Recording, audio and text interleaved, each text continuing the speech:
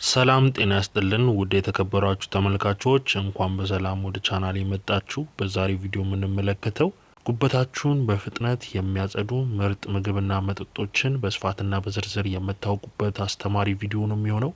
እስከመጨረሻው አብራችሁን ቆዩኝ። ወደ ዛሬ ፕሮግራሜ ከማለፌ በፊት ለቻናሌ አዲስ ለሆናችሁ እንኳን በሰላም መጣችሁ። ዶክተር ናኦም ነኝ። ሰብስክራይብ በማድረግና የደውል ምልክቷን በመጫን ከጤና ጋር የተያያዙ ጉዳዮች ላይ የማቀርብላችሁን ፕሮግራሞች መከታተል ትችላላችሁ። አብሮነታችሁ አይለየኝ። መልካም ቆይታ።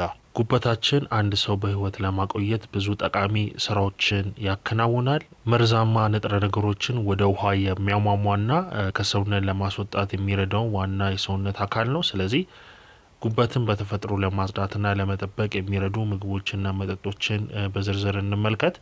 በአንደኛ ደረጃ ቡና ነው። ቡና በሚያስገርም ሁኔታ ቡና ብትጠጡ የጉበታችሁ ጤንነት ለመጠበቅና ጉበታችሁን ስራውን ለማከናወን እጅግ የሚረዳው ይሆናል። ቡና ለጉበት ጤና የሚሰጠው ጥቅም የጉበት መጎዳትን ይቀንሳል። ቡና ውስጥ ያሉ አንቲኦክሲዳንቶችና ንቁ ንጥረ ነገሮች የጉበት ህዋሳትና እብጠት ጉዳትን ይጠብቃሉ። ስለዚህ የጉበት ኢንዛይሞችን መጠን ሊቀንስ ስለሚችል ከዚህ ጋር ተያይዞ የጉበት ጉዳትን ለመቀነስ ያስችለዋል። የጉበት ስብን እጅግ የሚቀንስ ይሆናል። ቡና መጠጣት በጉበት ውስጥ የሚከማች ስብን ይቀንሳል። ይህም በተለይም ደግሞ ከአልኮል ያልተነሳ የጉበት ስብን ለመቀነስ ይረዳል ማለት ነው። ነን አልኮሊክ ፋቲ ሊቨር ዲዚዝ ይባላል። ስለዚህ ከዚህ ጋር ተያይዞ የሚመጣ ችግርን ለመከላከል ይረዳል ማለት ነው። ስለዚህ መደበኛ ቡና የሚጠጡ ሰዎች በጉበት ላይ የሚፈጠር ጠንካራ ጉዳት ለመከላከል እጅግ በጣም የሚያስችላችሁ ይሆናል ማለት ነው። በመቀጠል ቡና ብጠጡ የጉበት ካንሰር ተጋላጭነታችሁን እጅግ በጣም በከፍተኛ መጠን ትቀንሳላችሁ። ቡና ውስጥ ያሉ ንጥረ ነገሮች የካንሰር ህዋሶችን የመፈጠር እድላቸውን እጅግ በጣም የሚቀንሱ ይሆናል። እብጠቶችን ይከላከላሉ ማለት ነው። ስለዚህ እነዚህ የጉበት ካንሰር እድልን ለመቀነስ እጅግ በጣም የሚያስችላችሁ ይሆናል ማለት ነው። የጉበት የማጣራት ስራን ቡና ብጠጡ እጅግ በጣም የሚያበረታታው የሚያግዘው ይሆናል ማለት ነው። ጉበት መርዛማ ነገሮችን ለማጥፋት ዋናው ሚናው እሱ ስለሆነ እሱን ያረጋል። ስለዚህ ቡና ብጠጡ ደግሞ ተጨማሪ ኃይል ይኖረዋል ማለት ነው። ቡና ይህንን ማጣራት ችሎታ እንዲያሻሽል ይረዳዋል። ከዚህ ጋር ተያይዞ ግን ማስጠንቀቂያ ያስፈልገዋል። ቡና መጠጣት አስፈላጊ ነው፣ ነገር ግን በቀን ከ2 እስከ 3 ሲኒ በላይ ባትጠጡ ይመከራል ማለት ነው። ብዙ ስኳርና ክሬምን ቡና ላይ ባጨምሩ ይመከራል። ጠቀሜታውን ማግኘት ከፈለጋችሁ ስኳር መጠናችሁን በተቻላችሁ መጠን ብቀንሱ፣ ከተቻላችሁ ደግሞ ባዶ ቡናውን ብትጠጡት ጥቅሙን ቀጥታ የምታገኙት ይሆናል። ከዚህ ጋር ተያይዞ ግን የልብ ምት ፍጥነት፣ የደም ግፊት ችግር ወይም ደግሞ የቁስለት ያለባችሁ ሰዎች ከቡና ጋር በተያያዘ ሁኔታ መጠንቀቅ ይኖርባችኋል ማለት ነው። በሁለተኛ ደረጃ ጉበታችሁን ከሚያጸዱ መጠጦች መካከል አረንጓዴ ሻይ ነው። አረንጓዴ ሻይ ለአመታት ለመድኃኒትነት አገልግሎት ላይ ሲውል የነበረ ሻይ ነው። ብዙ የጤና ጥቅሞችን ይሰጣል።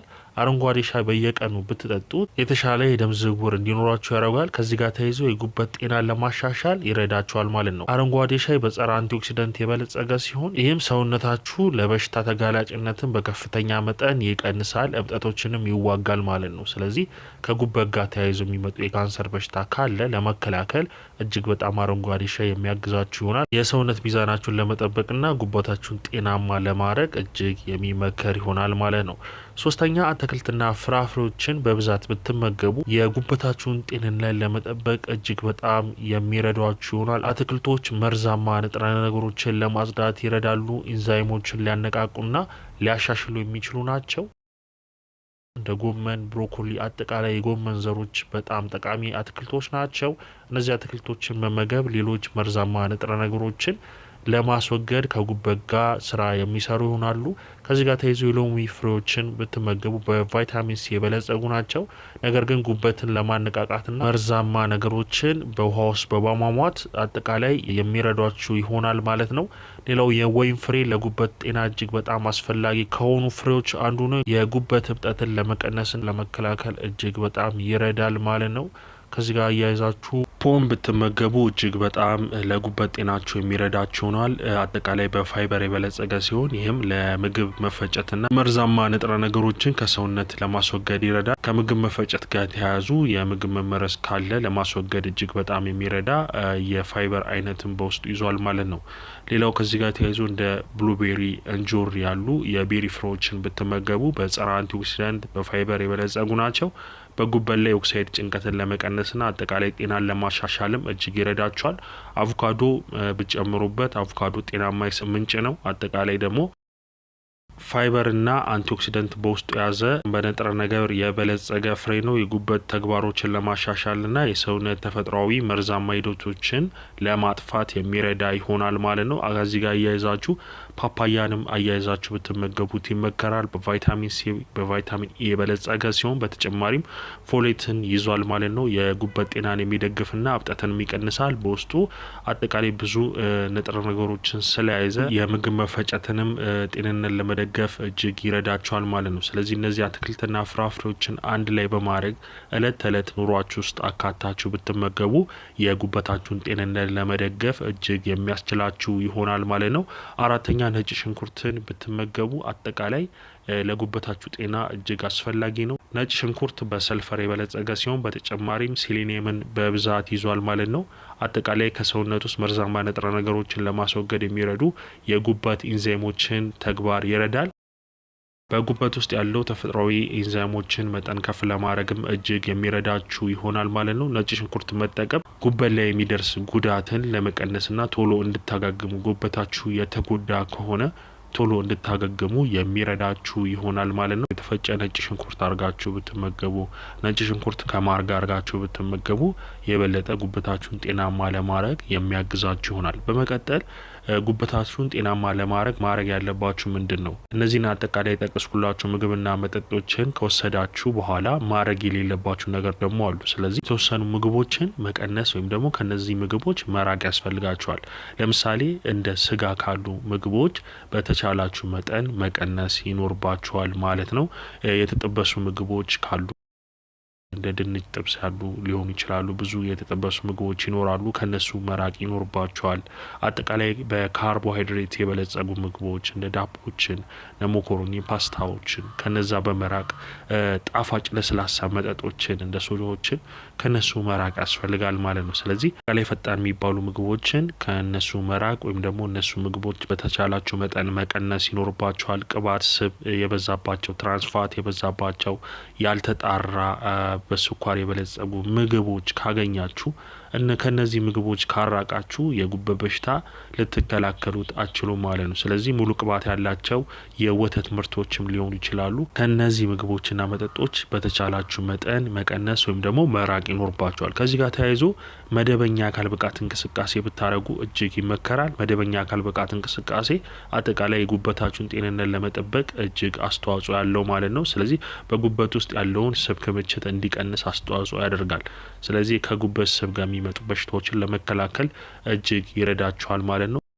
የአልኮል ፍጆታችሁን በተቻላችሁ መጠን መቀነስ ወይም ደግሞ ማቆም ይኖርባችኋል ማለት ነው። ከመጠን በላይ አልኮል መውሰድ በጉበት ስራ ላይ እጅግ በጣም ጎጂ የሆነ ውጤት እንዳለው ማወቅ ያስፈልጋል። ብዙ ሰው ቀለል አድርጎ ብዙ መጠጥ ይጠጣል፣ ነገር ግን ውስጡ ያለው ጉበት እንደተጎዳ አያውቅም ማለት ነው። ከጊዜ በኋላ ጉበቱ እጅግ እየሞተ እንደሆነ ይታወቃል ማለት። ስለዚህ ጉበታችሁ እስኪጎዳ ድረስ ወይም ደግሞ ምልክት አላያችሁም ማለት ጉበታችሁ አልተጎዳም ማለት አይደለም። ስለዚህ አልኮል ስትጠጡ ጉበታችሁ እንደሚነካው ማወቅ ያስፈልጋል። ከዚህ ጋር ተያይዞ በተቻላችሁ መጠን አልኮልን መቀነስ ይኖርባችኋል። በመጨረሻ ጥሩ የግል ንጽህና ሊኖራችሁ ይገባል ማለት ነው። ስለዚህ እንደ መጸዳጃ ቤት ካለ ቦታ ከተጠቅማችሁ ስትወጡ እጃችሁን በስነ ስርዓት መታጠብ ያስፈልጋል። ከምግብ በፊት ወይም ደግሞ ምግብ ከማዘጋጃታችሁ በፊት እጃችሁን በተገቢ ሁኔታ መታጠብ ይኖርባችኋል። የእጅ ንጽህና መጠበቅ ለጉበታችሁ እጅግ በጣም በጣም አስፈላጊ እንደሆነ ማወቅ ያስፈልጋል። ስለዚህ ጉበታችሁን ሊጎዱ የሚችሉ እንደ ሄፓታይተስ ያሉ ኢንፌክሽኖችን ለመከላከል እጃችሁን ንጽህና መጠበቅ ያስፈልጋል ማለት ነው። ንጽህናችሁን የምትጠብቁ ከሆነ ሄፓታይተስ እና አጠቃላይ ኢንፌክሽኖችን ለመከላከል ይረዳችኋል። ከዚህ ጋር ተያይዞ የሚመጡ በሽታዎች ካሉም አጠቃላይ የጉበት በሽታ ለመከላከል እጅግ የሚያግዛችሁ ይሆናል። በመጨረሻም ስለ ጉበታችሁ ጤንነት ወይም ደግሞ ጉበታችሁ የተመረዘ ከመሰላችሁና ሌላ ስጋት ካለባችሁ ከጤና ባለሙያ ጋር መመካከርና አመጋገባችሁን ማስተካከል ትችላላችሁ ማለት ነው። እንግዲህ ውድ ተመልካቾቼ ለዛሬ ይዤላችሁ የመጣው ትምህርታዊ ቪዲዮ ይህንን ይመስላል። እንደተማራችሁበት ተስፋ አደርጋለሁ። በሌላ ጊዜ በሌላ ጠቃሚ ትምህርታዊ ቪዲዮ እስከምንገናኝ መልካም ጊዜ። ለዚህ ቻናል አዲስ የሆናችሁ ይህን ቻናል ሰብስክራይብ አድርጉ። ከጎን ያለውን የደወል ምልክት በመጫን በየጊዜው መለቀላችሁን አስተማሪ ቪዲዮዎችን ማግኘት ትችላላችሁ። ቻው ቻው።